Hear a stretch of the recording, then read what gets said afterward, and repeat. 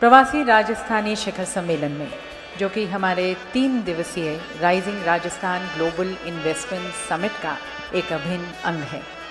मेरे साथ यहाँ पर 108 बच्चे हैं। And these ladies and gentlemen are from the traditional musician communities of Western Rajasthan, from the Langas and the Mangyas. और ये बच्चे कुछ 500 किलोमीटर की यात्रा तय कर आप सभी का स्वागत करने के लिए यहाँ पर आए हैं। So who else, ladies and gentlemen, to be welcoming all of you than the guardians of the rich culture, tradition and customs of Rajasthan, the future of Rajasthan.